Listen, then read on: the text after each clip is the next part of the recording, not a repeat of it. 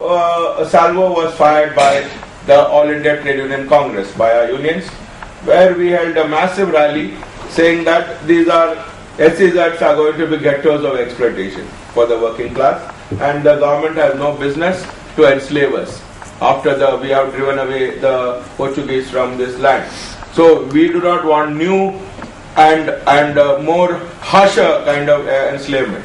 Anyway, that particular government was told they should not, but it kind of, that was a beginning. We burnt this particular SEZ kind of a notification in full public view, which received a widest publicity. Thereafter, there were parliamentary elections, by-elections rather. During that time, SEZs was one of the topics which we took up, and we also made it widely known. But at the same time, there was another kind of a intervention by this one of the parties, that is that Churchill Alamo, you have heard of him. So he said that we don't, because it was like cutting the nose to kind of fight the fly, or something like that. So this particular stand was taken. We don't want this, is that they are anti-Goan, So from there on, anti-Goan element came in. This was what our stand was, that we do not want it for X, Y, Z reason, whatever we have. Besides being that it is unconstitutional because you are, all that.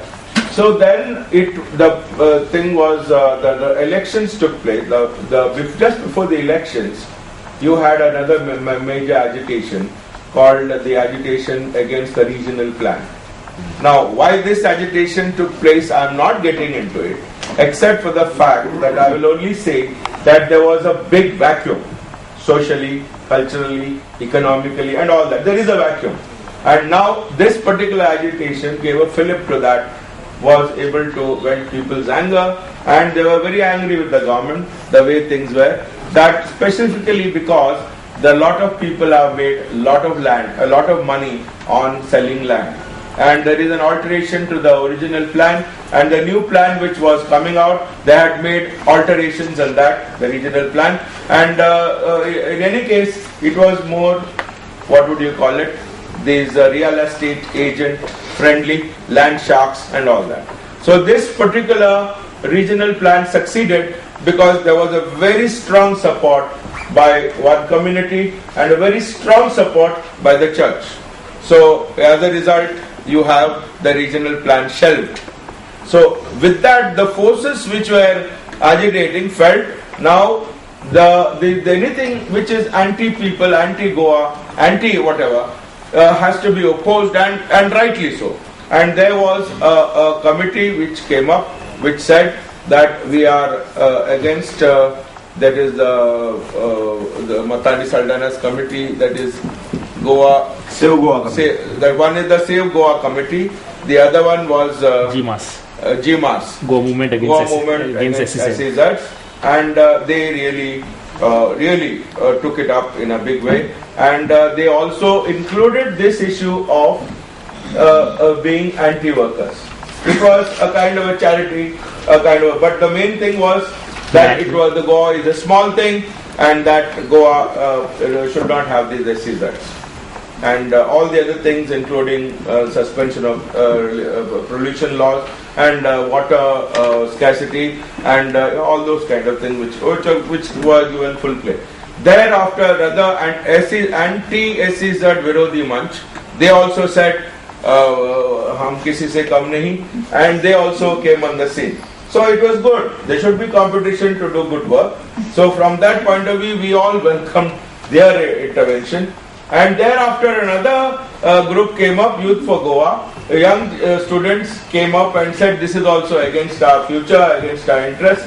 One of the things which was the line running through and through all these three agitations was that migrants will come in large numbers.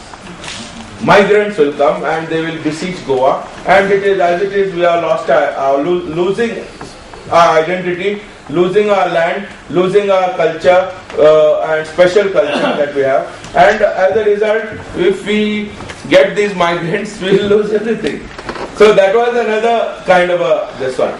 But all these things, Ganga, Yamuna, Sangam kind of a thing which developed, that as well as we also came out on 5th December last year, that was in a big way that we oppose it. Because that was like ek dhakka aur do, and you shove it out. So government was also tottering on this, because by then the Congress, the BJP, the Save Goa, those who had duped Goa, everybody came together and said SEZ, everybody said this is SEZ we don't want. So it became a hate object, very this thing. And the Chief Minister, who was actually, even every day he lives like a drug addict, from day to day, one day at a time. That is special economic zone. That is special economic zone. Special economic zone. So as a result, you had one notification, the government decision that we will scrap all SEZs. Now, with that, there is a catch. The government said, the Chief Secretary Commerce said, you cannot scrap notified, once SEZ is notified under the Act, you cannot scrap it. You have to go ahead. It's something, it cannot be in any way scrapped. Then Kamal Nath, who is a politician, who is actually the brain behind all this, that is that the most vociferous votary, much less than even Chidambaram, though he may have this one, he said, no, if people don't want it, we also don't want it. So as a result, you had this special economic zone at least declared to be scrapped, and now the position is Cipla has invested in one Keri, a very big area, more than, I think, for Goa size, it is more than 100 hectares of land, 10 kilometers square area, a big plateau for Goa. And there they have invested a huge amount of money, and they are saying now, the people in Keri are saying, we don't want SEZ, because they fought against it. The people rose up. People rose up in every village, wherever there is SEZ, and they said, we don't want SEZ. Now, the guardian minister in that area has mobilized people to say, SEZ we don't want, but we want industry. And we don't want Cipla to be converted into an industry. So, I don't think it's a happy ending for Cipla, because Cipla came there because of SEZ status that it enjoyed and all the benefits that go with it. So the question is, the entire thing is in a fluid state as far as those three denotified SEZs are concerned. Otherwise, Goa mass or unanimously has shown its backs to the SEZ as they stand.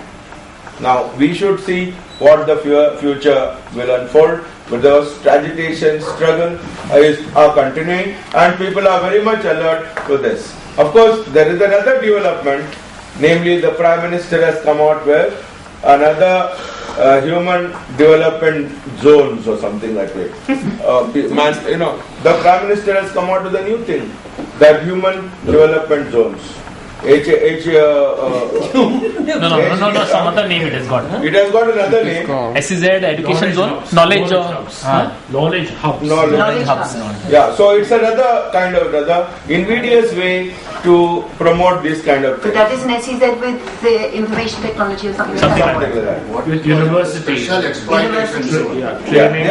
Skill training and skills. Training centers and various skills. It is not special exploitation, it is a special execution zone for laborers. Yes. I think Mr. Iyer wanted to. No, that's Any other? Just 1-2 points. No? One is today all the political parties in Goa as on date are opposed to SEZs in Goa. Congress, which had moved the proposal, they also have decided they are opposed. So as it stands today, all the parties are opposed. State government has already written to center that they don't want SEZ, and whatever 3 are notified, that has also to be cancelled. Center said there is no provision in the Act for cancellation of notifications once it is notified. That is, secretary said. Then the chief minister ran. Everybody same day they ran to Delhi, met Kamal Nath. Kamal Nath said that if you can enact SEZ, you can. But still date it is still not notified. Denotified. Has So what that- Cipla yeah. challenged it in the court? Cipla had challenged in the court. And that's how Cipla had filed a when because of the agitation, chief secretary called the Cipla management and orally told them to stop work because written they could not give the orally, and also told the Cipla management that if they don't do it, we will not give you police protection. They filed a writ petition in the High Court saying this is what orally the chief secretary has threatened us and told us that they will not give us police protection. So kindly give the police protection and all that thing. But thereafter, after they wrote to the government that we don't want, they issued a letter to Cipla for stopping, and then that case also is disposed of because thereafter the government wrote a letter that they have taken a decision to denotify. And thereafter, if Cipla wants, they may go again against this order. Be careful of the case. 10 crore rupees or 100 crore In, rupees that you buy the land. Then you say, no, we don't want it. So main reason I feel why they opposed to this SEZ was now all these SEZ who had applied, they had if you add up all the employment which they would generate, I think it would go to Goa's population 14 lakhs, 8 or 9 lakhs. In employment exchange, there is only 80,000 unemployed. And with this 8-9 lakhs, it caught the imagination of people, and all the land was given on a platter. It was acquired from Komindar, that is public land, and given at a cheap rate to all these To people. be taken to the Supreme Court. That's what they were saying in that matter. The government. You see, Ambani's case, I think, in Bombay High Court, Anil Ambani's SEZ notification is challenged. Yeah, I mean it is a general public interest thing. Stay orders are No stay order. Not challenge to the notification, challenge to the constitutional validity of the act itself. See, Whether it's very important that every state do a challenge. We should make a resolution here that every state should challenge the constitutionality of the statute itself. Yes, How can you exclude the Industrial Disputes Act yes, from an area? yes. In fact, the whole panchayat, they are the land which foreign territory, where is this concept? No. Foreign territory is only foreign territory for the purposes of certain sections of certain statutes. Tariff and trade office. It's a deeming clause. It's actually not foreign territory. It's a deeming clause. But what about panchayat? No, one second. So that for the sake of taxation, it will be deemed to be a foreign government. So that is, it's a deeming clause. So don't move on that so much. Take the substantial sections where they exclude the application of rights, particularly labor rights. Those we must look at carefully. The entire, I mean, this is one thing which when the agitation in Goa peaked against the SEZ, it didn't peak on labor rights. No.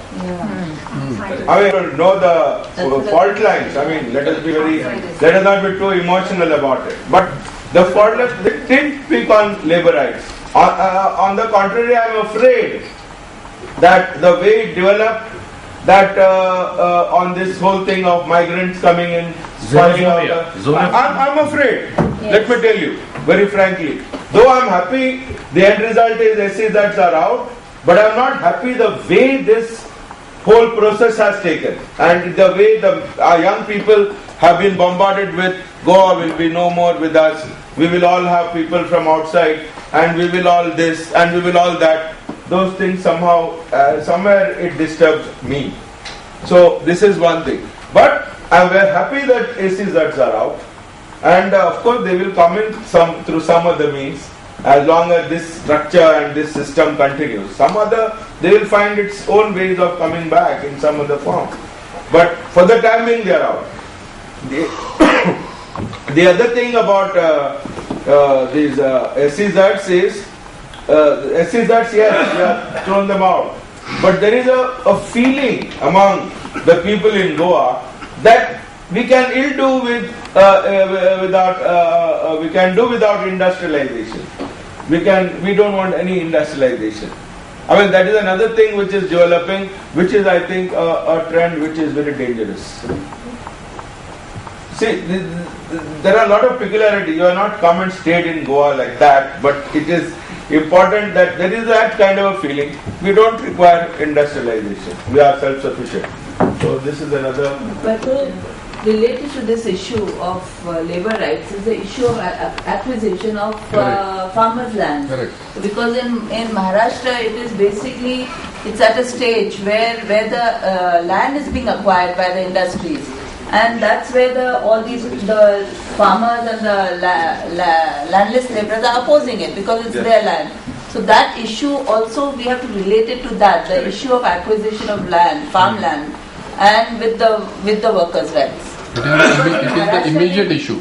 Gayatri, it is the immediate issue. Yeah. Whereas labor and other is all future issues. Not necessarily. When it comes along. And on the land, in fact, Now, as per the Act, they can acquire, as per the Act it's 35%, now they say 50%, but they can waive it back to 35%.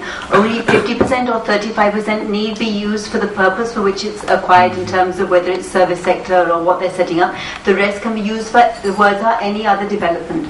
And any other development has been shown to be a golf course, a shopping mall, pleasure center, restaurants, anything. So the vast majority of the land which is being compulsory acquired from farmers is going to be used for Non-industrial. non-industrial, non-commercial purposes, and being taken under the land acquisition rate at an absolutely throwaway price. When we say handing it over to developers on a platter, it's really being done here. One more point. I think last comment, then we'll have to One wrap up the more session. point which should disturb all of us is that how is it that the very people or very forces who are supposed to protect, at least, if not anybody, at least the labor, they have bitten the bullet, whatever you want to call it, as far as passing this act is concerned. See, this is the demand of the multiple Global powers. This is something which we have to take note. How did why CPI and to put why CPI and CPM did it round and round this? Why? And thereafter they have second thoughts saying not 10,000 hectares, but now it should be 5,000. Is this kind of bargaining to be done on the tables of a slaughterer of workers' rights? I don't think that was something right. Totally wrong. And therefore, I think one of the demands which we have put up from our state is, which of course besides other many progressive labor organizations, is that you should scrap this SEZ Act. Scrap this Act in all its form, in the present form. I mean, the entire concept of SEZ Act should be scrapped, and this Act should be scrapped. That is what we are taking. We all agree on that. On that demand, we Bengal can also, wrap up the when session. they are thinking about formation of the SEZ, then there is very There is no question opposing this. SEZ in Bengal is not the country. Country is bigger than Bengal. But there is no question of any opposition by them. No, but SEZ is not in operation in Bengal. What is it? No, you see, I would like to add something to this. As Justice Anmadi had said early in the morning, the land which is acquired, the land under the plough, which is the land we call it Bengal land, where the land is fertile. But if you look at the places like Rann of Kutch in Gujarat, the barren land, no industry, nothing, hardly any population also not much. If that land is acquired for the purpose of setting up, and that is what now the attempts are. Therefore, the SEZ has to be welcomed by the people in certain areas, because that would give a chance for them for some development. They will see some development over there, and of course, otherwise also the land is useless. It's a desert. Some development will come. There, we see the support to the special economic zone. So if we say no SEZ, perhaps it may not work in certain places. Why SEZ? You can have industrialization. Industrialization concessions. Uttaranchal, today they are the most developing states industrially. They are because the government has given them special incentive for people who invest. Give them special That is what incentive. but the development is also Correct. So this whatever development we are seeing that like GIDC, development for the people. Even in Bengal and Maharashtra, the MIDCs are lying empty because the companies have closed down. Use them. Use that land. Why are you taking special land? But why special economic zones? and exclusion of all other laws. Can I say something about Himachal? Because they are starting a ski village in Kullu, which is already a very small zone. And a hotel of 470 rooms is coming, and the gliding is going to be done.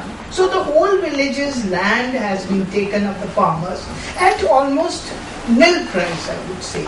And those people, they have been, few of the leaders, their children have been given, wagons and money. They go to New Zealand, to see what is happening and how skiing is to be done. And after that, all of them will be landless and they have become drug addicts. And what is going to happen to the whole state of that people? People are crying. The older generation is saying that we are going to finish our Himachal heritage. So, I have come up with a petition that this ski village should not be allowed to be made because it's going to finish our whole cultivation. Whatever we are having is a heritage zone. Do not touch it. Yes, and economically, as well as the environment, what is the environment going to be affected? All the trees are cut. In the name of central government giving me 92 trees cutting, they have already done 13,295 in Alain Dohang power project. And when I go to the court for the contempt, they say they have already made the road. So what am I to do? I get the stay, but what is the use of that stay? It is to be framed. So we are opposing that. There's one last thing I just say. There's just an interesting thing that has never obstructed land acquisition. I can't imagine how this has come, whether it has come by fluke or whatever. But it refers now to chapter 6 or chapter 7 of the land acquisition, which is acquisition for companies. And there you have special rules framed. The company rules are framed. And the company rules require many, many things to be done. One, it requires that the company demonstrate that they had a negotiation with the farmers from whose land was being taken, and it was only when they did not offer them a fair market price that they can go for acquisition. This is a very interesting development. One. Second, that agricultural land should not be taken. And there's a line in that judgment which says that for Punjab it's called Chahal land. Chahal land is agricultural land. It is admitted that such land cannot be taken for agricultural land cannot be taken. Now where they got that proposition from, I can't know. And third is that sufficient attempts must be made by the procurer to show that they have tried to acquire non-agricultural land. So 3 very stringent requirements, which I think if you apply for SEZ, the SEZ will not meet a single requirement. So that judgment should be looked at very carefully. Any other citation or the name of You get that? Late 2007. Correct. Sinha and Bedi. Bedi must be a Punjabi farmer. That means And he wrote the judgment. He's a rich agriculturalist. He belongs to Maharashtra. That's it. But interesting because it throws a spanner in the works as far as SEZ. So basically we should take all cases before rich farmers sitting on the bench. Into winding up, and the third is relating to the new DRT and the Securitization Act. Basically, these are the 3 broad issues which fall into place. Now, under Section 25O, we all know that if a company is declared closed, company has to seek permission under 25O, get the permission sought under that section, and then close down the factory legally. Majority of the cases in any of the states, whether it's Gujarat, Maharashtra, or any of the industrial states, majority of the owners do not ask for permission under 25O. What happens is they close down a factory, whether it's electricity being cut off or whatever reason. Ultimately, that is why yesterday I raised this issue of Article 226, because it's in such circumstances where large number of workers are involved, where the issue relates to their legal dues, where their demand or their right is covered under the statutory laws, that when you have no resort, no efficacious remedy, immediate remedy, and when you go to the court under Article 226 and you say that company has been illegally closed, they're selling off their assets, they're selling off everything, whatever money that they've got, they're distributing amongst the banks and financial creditors. and workers are not being paid their dues, by the time I go to the industrial court, whether it's under the MRTU Act or the ID Act, everything will be over. All the dues will be paid, and there is no way in which I can recover these dues. The court says, no, under Article 226, basically, unless you can prove that there is a violation of a statutory provision under the law, or that it is a public duty cast upon a private party, you cannot come under Article 226. And then a long-winded argument on that. But the issue remains that there is absolutely, workers are unable to go to the High Court and they are unable to get whatever relief under 25O. There is a provision under 25O, subclause 6, which says that if the company does not get permission under section 25O, then you are entitled to wages up to the date when you have paid your wages. So the entire period, say if the company is closed from 1996 till today, the entire period you are entitled to that wages. But I don't think there is a single company in any of the states where the workers have got their full wages from the date of closure till today. There is a judgment of the Supreme Court, that's why I just want to very hurriedly go into this because there are a number of judgments and I don't want to go into all the judgments. But on the issue of compensation, the Supreme